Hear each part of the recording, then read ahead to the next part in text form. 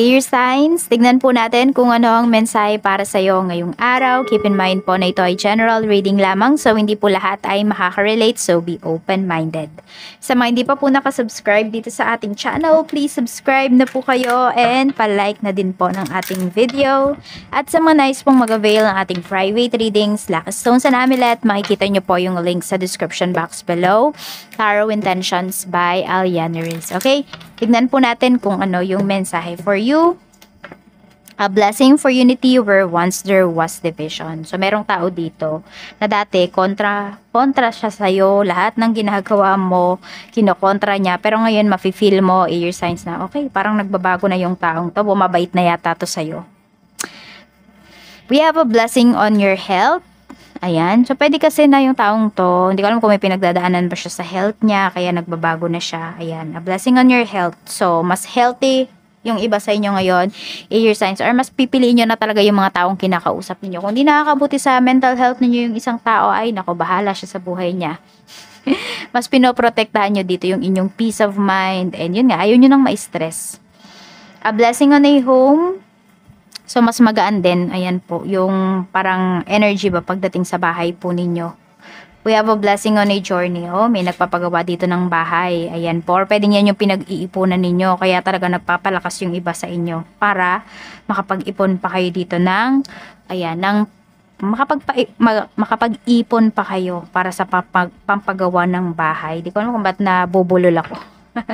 Tignan po natin kung ano pa yung mensahe para sa'yo. Para bago yan, ito po yung inyong lucky numbers. We have number 37, number 9, 10, and 22. Tignan natin kung ano pa yung mensahe. Spirit guide. We have protection. Ayan po. So, yung tao na to, siguro akala mo parang kontra siya lagi sa'yo before, no? Pero totoo, gusto niya lang talaga is i-guide ka. Gusto niya lang talaga is, parang alam mo yung overprotective lang talaga yung tao na to sa'yo. Hindi naman sa gusto niyang tutulan talaga lahat ng decision mo, ng ginagawa mo. More on yun lang. Siguro hindi lang niya talaga mapakita. Parang tough love kasi yung pinapakita sa'yo ng tao na to. A blessing on your health. Ayan. So, kaya naman, 'di ba, alagaan nyo talaga yung health ninyo dito, air signs. Kasi meron dito, ayan, pwedeng before, parang trabaho kayo ng trabaho. Talagang, alam mo yung parang na-over-fatigue na kayo dahil sa pagtatrabaho. Workaholic ba? So, parang ito, napabayaan nyo yung health ninyo. So, ngayon, ayan po, hindi na yan pwede. Yung sinasabi sa inyo ni Universe, alagaan nyo na yung health ninyo. We have the path. Yun nga, so iba sa inyo, pwedeng naghahanap kayo dito ng ways para mas mapabilis yung paggawa ng bahay or yung iba po sa inyo, yung pag-aayos pagdating sa family. We have vigilance. Yan. Mag-ingat lang kayo kasi hindi naman lahat ng dinadaanan natin, hindi lahat ng mga nadadaanan natin sa journey natin is, you know, susuportahan tayo. May mga tao dyan na kailangan talaga nating mag-ingat sa kanila.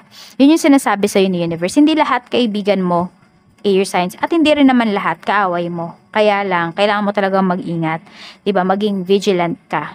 Sabi nga, trust no one. Yun talaga. Lagi ko yung sinasabi sa inyo. Parang, di ko kung 2021 pa lang ba or 2022 sinasabi ko na yan sa inyo na trust no one. Okay? So, parang wag kang maging masyadong vulnerable. Wag kang maging masyadong open sa mga nangyayari sa life mo towards other people. Kasi, pwedeng someday, magamit nila yon against you.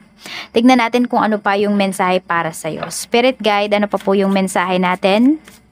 For air signs, Gemini, Libra, Aquarius, Sun, Moon, Rising, and Venus, pagdating po sa trabaho. Meron tayo ditong renewal, okay? So, mayroon bang magre-renew dito ng kontrata? Ayan po. So, pwedeng desidido na talaga kayo. Magre-renew na yung iba sa inyo. Parang magkakasundo na kayo dito. Pagdating sa sweldo, ganyan. Sa salary increase, mga ganon. We have naman strength. Pagdating naman po sa inyong business. So, palakas ng palakas yung business ninyo dito. Kaya nga iba sa inyo, hindi nyo talagang alagaan yung inyong sarili. Kasi pwedeng ilang araw din yung iba sa inyo, mapupuyat po kayo. Kaya mag-take kayo ng vitamins. Lalo na meron dito, pwedeng bumababa yung inyong immune system. Tapos, nakikita din kasi ng mga clients ninyo na you are very compassionate sa ginagawa ninyo, air signs. Kaya natutuwa sila. Ewan ko ba, madami kang mga kliyente, madami kang mga customers na pag nakakabili sila sa'yo ng products mo, natutuwa sila. Ganun. Ewan ko, yun yung nadadala mo sa kanila or nabibigay mo sa kanila. Kaya ayan o, ganda ng kita ninyo dito. Ayan po. So, meron talaga dito. Pwedeng may ma-receive kayo na big amount of money. Ayan po. So, marami din naman dito na pinapaganda nyo na lang yung bahay ninyo. Pero kontento na kayo kung nasaan man kayo ngayon, air signs. Oo, malaya nyo nagagawa yung mga gusto ninyo. Yan. Kaya yung goal talaga ng karamihan sa inyo, magkaroon ng sariling bahay or makabukod pwedeng ngayong taon na to, yun yung goal ng iba sa inyo. Para, oo, para gusto nyo kasi ng peace of mind, ganyan. Ayaw nyo na masyadong marami kayong iniisip. Parang feeling mo kasi hindi na talaga yun healthy para sa'yo. Tignan natin pagdating naman po sa love life, energy natin. We have 2 of earth. So parang lagi kayong nagdadalawang isip ba pagdating sa relationship ninyo? Or dapat ba i-prioritize nyo na yung inyong relasyon? Tignan natin pagdating sa mga single. We have 3 of air. So ito, torn kayo between sa mga decisions ninyo. Pwedeng family, career, o kaya naman yung love life. Parang alam mo yun, di mo alam kung ano ba yung uunahin mo dito.